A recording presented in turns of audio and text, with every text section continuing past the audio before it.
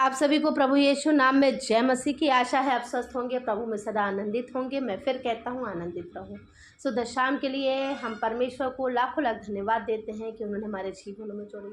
परमेश्वर को धन्यवाद देते हैं कि उन्होंने हमें बुरी बातों से, बुरी अभिलाषाओं से, बुरे विचारों से हमें बचा कर रखा। हम परमेश्वर को लाखों लाख धन्यवाद देते हैं। धन्यवाद देते हैं कि वह हमारी मदद अगुवाई करते हैं, सुरक्षा पे रखते हैं। वह हमें अपने वचनों को जो हम सुनते हैं, हम समझते हैं, उस पर भी हमारा यह मन उस प्रकार से परमेश्वर हमारी सहायता करते हैं कि हम उसको समझ नहीं पाते हैं और अगुवाई करते हैं। परमेश्वर हमें उठाते हैं, परमेश्वर हमें समझाते हैं, परमेश्वर हमें सिखाते हैं। हम परमेश्वर को धन्यवाद दें। प्रियो, आज के लिए जो वचन है वह है परमेश्वर का वास्तविक घर कहाँ है। परमेश्वर का वास्तविक घर, आइए हम वचन से देख लेंगे। दूसरा शमूएल की पुस्तक, मेरे साथ आप निकाल सकते हैं। दूसरा शमूएल की पुस्तक, उसका 7 अध्याय 1 से 8 के बीच हम पढ़ेंगे। 1 से 8 में मैं सारे पद नहीं पढ़ूंगी, मैं कुछ पद पढ़ूंगी और उन पदों से आपको बताऊंगी। 7 के 3 में हम पढ़ लेंगे, जहाँ इस प्रकार से लिखा है। नातान ने राजा से कहा, जो कुछ तेरे मन में हो उसे कर, क्योंकि यहोवा तेरे संग है। चौथा, उसी रात को यहोवा का यह वचन नातान के पास पहुंचा, जाकर मेरे दास दाऊद से कहे, यहोवा यो कहता है कि क्या तू मेरे निवास के लिए घर बनवाएगा। जिस दिन मैं इज़राइलियों को मिस्र से निकाल लाया, उस दिन से आज के दिन तक मैं कभी घर में नहीं रहा, तंबू के निवास में आया जाया करता था। 7 का 8 हम पढ़ लेंगे, जहाँ इस प्रकार से लिखा है। इसलिए अब तू मेरे दास दाऊद से ऐसा कहे, सेनाओं का यहोवा यो कहता है कि मैंने तो तुझे भेड़शाला से और भेड़ बकरियों के पीछे पीछे फिरने से इस मनसा से बुला लिया कि तू मेरी प्रजा इज़राइल का प्रधान हो जाए, और जहाँ कहीं तू आया गया वहाँ वहाँ मैं तेरे संग रहा और तेरे समस्त शत्रुओं का तेरे सामने से नाश किया। फिर मैं तेरे नाम को पृथ्वी पर के बड़े बड़े लोगों के नामों के समान महान कर दूंगा। यह परमेश्वर का जीवित वचन है। प्रियो, इस परमेश्वर के इस वचन को पढ़ें, सुने और समझे जाने में हम सभी को आशीष मिले। परमेश्वर इस वचन के माध्यम से हमें यह बताना चाहते हैं कि परमेश्वर का जो वास्तविक घर है वह यह ईंट, सीमेंट और इनसे बनी हुई दीवारों के बीच नहीं।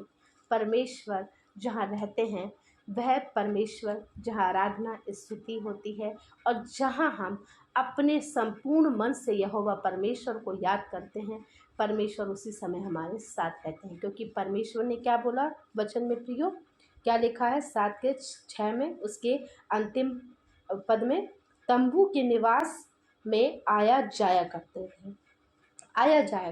परमेश्वर आया जाया करते थे।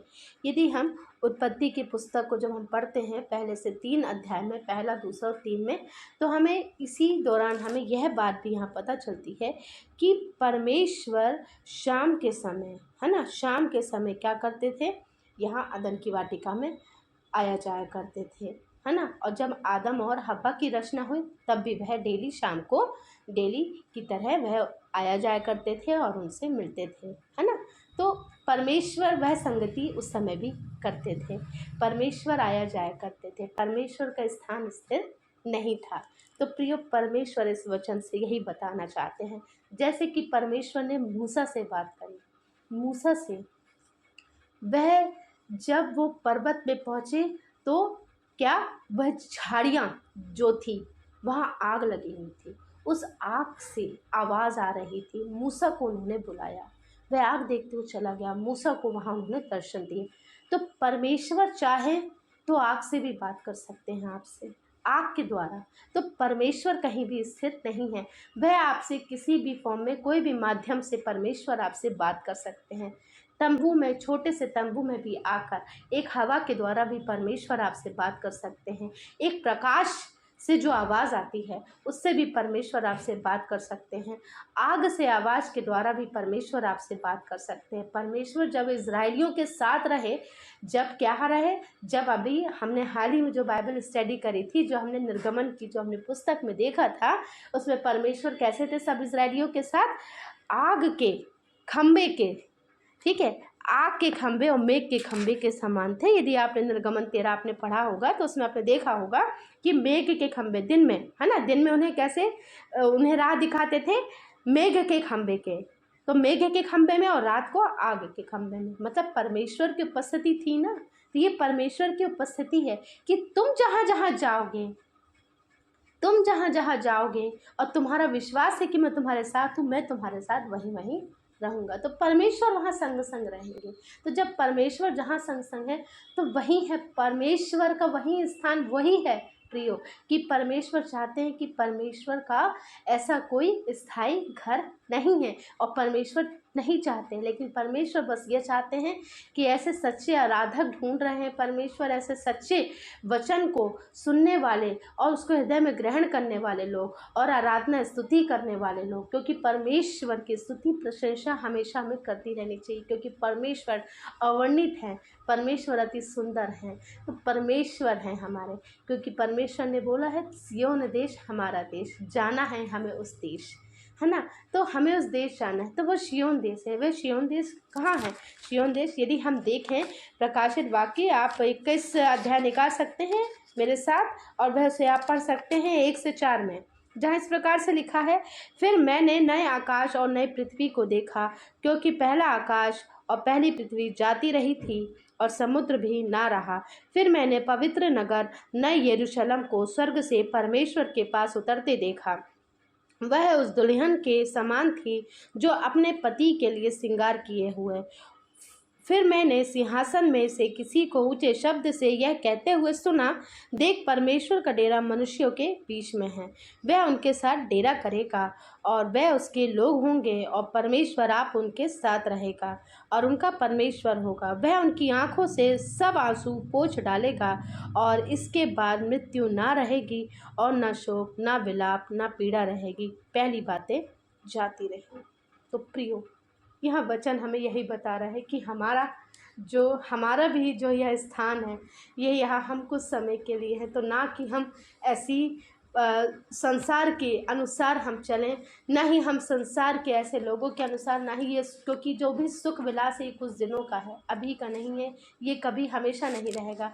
हमें उस सुख की तलाश में रहना है, हमें उस घर की तलाश में रहना है जो हमारा स्थायी घर है, और स्थायी घर परमेश्वर ने जैसे बनाया कि जब आप आराधना करेंगे, स्तुति करेंगे, तो परमेश्वर उसी समय आपके साथ होंगे, और उसी समय आप जो स्तुति आराधना करेंगे परमेश्वर आपके बीच, आपके मध्य उपस्थित होंगे। जैसे वचन कहता है, जहाँ 2 या 2 से अधिक लोग मेरे नाम से आराधना करेंगे, मैं वहाँ उनके बीच में उपस्थित होऊंगा। जहाँ जहाँ मेरा नाम लिया जाएगा और मेरे आज्ञाओं के अनुसार चलने वाले लोग होंगे, वचन को सुनने वाले होंगे, तो उसी समय मैं उनके बीच होऊंगा और उनके मध्य निवास करूंगा। तो यह है परमेश्वर का निवास स्थान आपके और हमारे बीच। जब हम परमेश्वर की आराधना स्तुति करते हैं प्रियो, जैसे आज आपका परिवार या हम जब मिलकर हम आराधना करते हैं, हम परमेश्वर का वचन पढ़ते हैं, उसकी आज्ञाओं को स्मरण करते हैं और उस पर चलने वाले बनते हैं,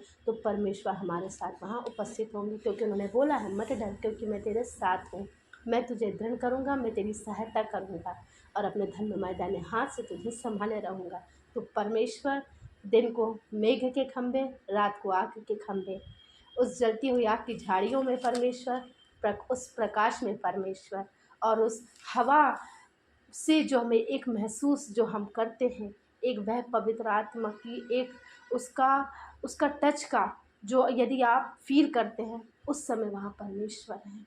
जब आपको कुछ ऐसा लगे प्रिय, तो आप समझ जाइए परमेश्वर की उपस्थिति है, परमेश्वर आपके साथ हैं।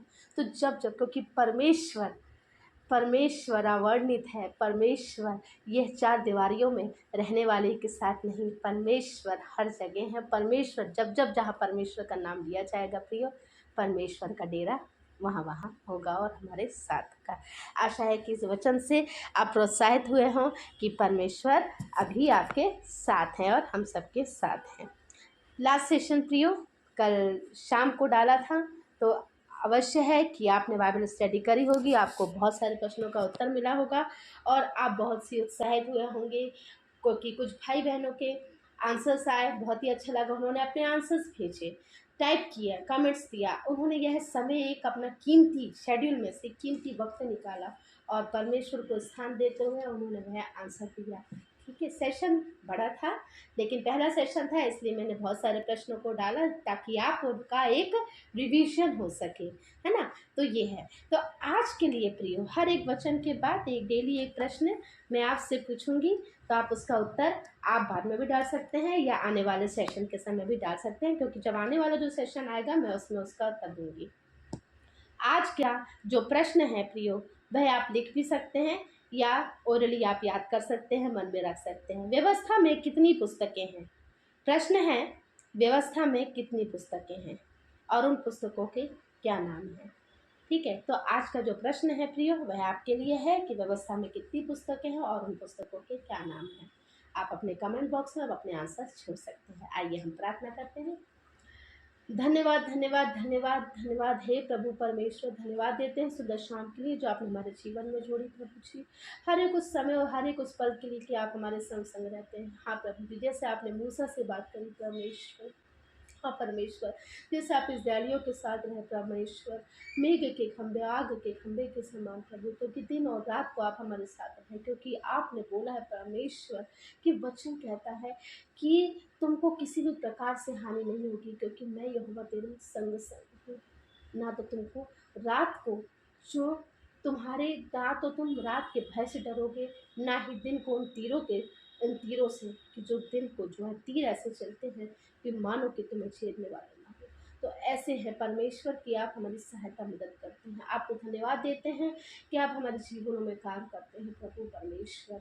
आप हमें उन वचनों को बताते हैं जो आप हमसे चाहते हैं परमेश्वर कि हम क्या सीखें, हम क्या जानें, ताकि हम आपको और जानने वाले हो सके परमेश्वर, क्योंकि आप बस सच्चे आराधक हैं परमेश्वर। हम सभी का जीवन हो ऐसा परमेश्वर कि हम आपके लिए उपयोग होने वाले हो सके परमेश्वर।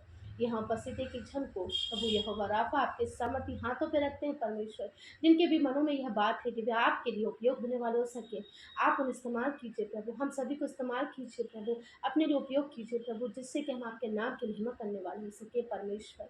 आपके नाम को बताने वाले, ऊंचा और ऊंचा उठाने वाले हो सके, क्योंकि आपकी महिमा अति योग्य है, अति सुंदर है, अवर्णित है परमेश्वर, क्योंकि वह आपने वह देश जो आपने हमें बताया है प्रभु परमेश्वर, सिय्योन देश परमेश्वर, कि आपका डेरा वहाँ होगा परमेश्वर, आपका डेरा सच्चे आराधकों के बीच होगा।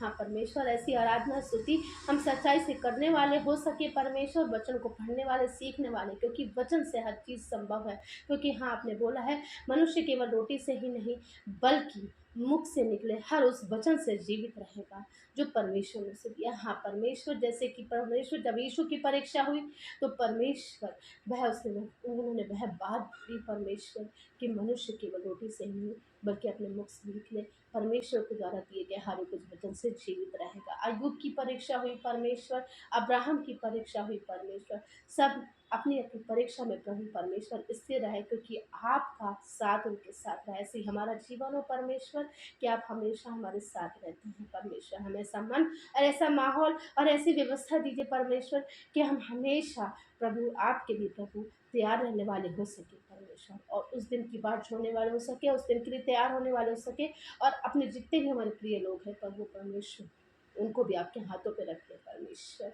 हाँ परमेश्वर, सबके दिलों में, हृदयों में प्रभु जी कार्य कीजिए, और आपकी इच्छा हमारे जीवन में, हम सबके जीवन में पूरी हो, ऐसी प्रार्थना। और हर एक बातों में प्रभु जी आप बढ़े और हम घटे। सारा आदर महिमा देते इस प्रार्थना को मसीह यीशु नासरी के नाम से मांगते हैं, सुनिए, दया से कबूल कीजिए। आमीन आमीन आमीन।